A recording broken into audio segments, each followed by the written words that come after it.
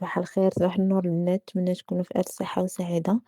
اليوم غادي نبدا معكم تحضيرات رمضان، غادي نشوفوا سلو بطريقة تقليدية. خليكم معايا في الفيديو تشوفوا كاع التفاصيل.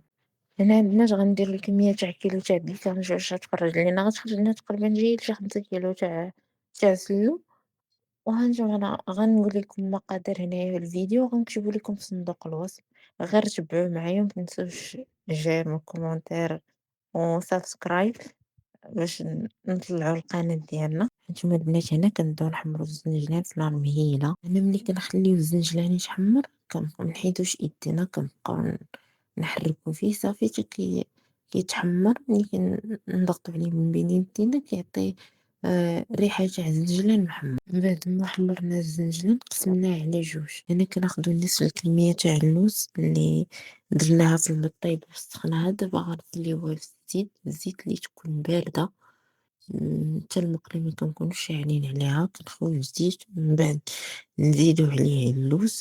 ديك الساعة كنشعلو العافية على عافية مهيلة، وكنخليوه يتحمر على خاطرو، كيجي محمر من الداخل ومن برا. يعني بدا كيتحمر معنا اللوز غادي نخليه يزيد شوية صافي، وغادي نصفيه ندير واحد الورق تاع المطبخ ونحطو يستقطر من الزيت عاد باش نكملو الخدمة. من بعد ما تحمر لنا وحنا دابا نصفيه فيه صافي، دابا نولي نحيدو. راه طفيت البوطة باش ما نجي فين نحيد هذا تكون الزيت بردات واحد شوية صافي. وغنزيد الكمية الآخرى، غيبقى لينا النص الآخر تاع الكمية تاع اللوز اللي ما مسخناش، هذاك غنديرو في الفران يتحمر صافي ونبداو نجمعو في السلو ديالنا. هنايا خدينا داك اللوز قسمناه على جوج، نص حمرناه في الفران ونص قليناه. غناخد قصرية كبيرة ولا بانيو كبير، غادي نديرو فيه كيلو تاع الفورص اللي محمر في الفران. غادي نزيدو عليه نصف الكمية تاع الزنجلان، نص كيلو د الزنجلان. اللوز اللي محمر في الفران تا هو نصف الكمية، والنصف اللي مقلية في الزيت خليناها بوحدها غادي نزيدوها في الاخر. 3 المعالق كبار حبة حلاوة مطحونة، 3 تاع النافع تا هما مطحونين، 3 تاع القرفة تا هي اللي مطحونة. غادي نغربلوهم، ومعلقة صغيرة تاع المسكة حرة اللي مدقوقة مع السكر السنيدة. غادي نغربلو هاد المكونات كاملين، وهنايا دوك الحبيبات صافي تيبقاو لنا هاد الأخ صافي نحيدهم. صافي هنايا كنخلطو الخليط ديالنا مزيان كينسجم كلشي. غادي نضيفو كوزة محكوكة، غادي نضيف 300 غرام تاع السكر ثقيل، سكر كلاصي. أنا البنات هنا درت غير 300 غرام حيت حنا مكناكلوش، كناخدو شوية ناقص السكر، ولكن الحلاوجات تاعو مقادة. بغيتو تزيدو نتوما لكم الاختيار، بغيتو تزيدوه زيدوه. صافي كنبقى نخلط مزيان صافي تميكس داكشي كامل مزيان تجانس مع بعضياتو. غناخد طحانة هنا في هاد المرحلة البنات. إلا بغيتو ملي وصلتو هنايا صافي، إلا بغيتو تديوه للعطار وطحنوه عندو مزيان، مكانش عندكم فحال هاد الماكينة طحنوه في الدار. هنا البنات في الماكينة كنا طحنا ديجا، طحنا النافع وحبة حلاوة فيها، ما عاود طحنت فيها خليتها ما مسحتهاش، عاود طحنت فيها الخليط ديالنا. غنطحنو الطحنة الأولى غيولي شكل بودرة، غنعاودو الطحنة التانية غيبدا يتعلك لينا.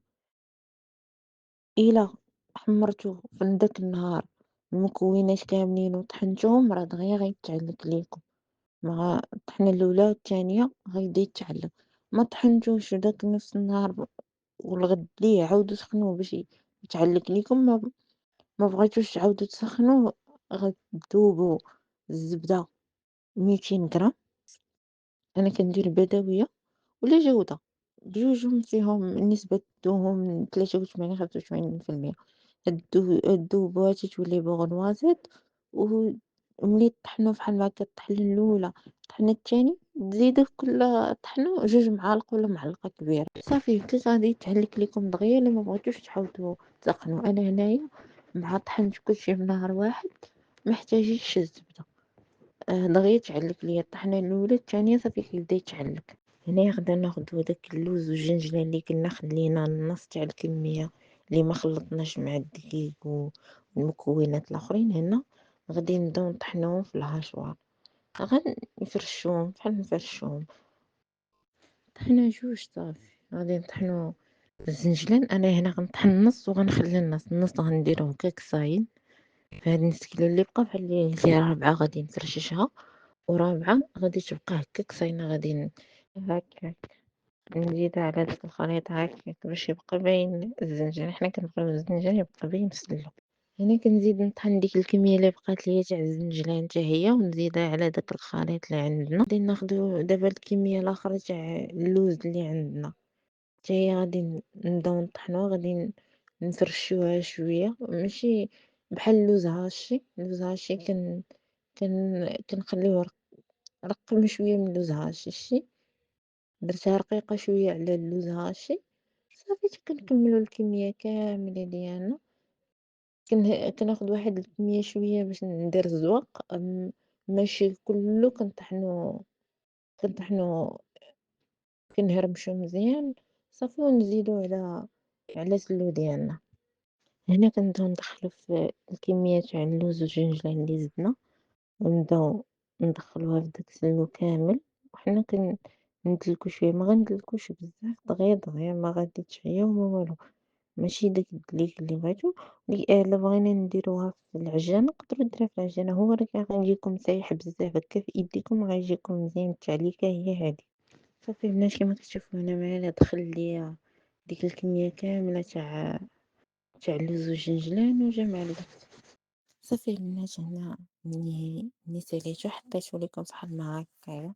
نتمنى تكون عجباتكم الوصفة وتبارطاجيوها مع عائلتكم وصحابكم، ونتلاقاو الحلقة الجاية إن شاء الله. وأي أسئلة كانت عندكم ما تنسوش تخليوها ليا في لي كومونتير، أنا ولا في الباج انستغرام، أنا نجاوبكم على كل شيء.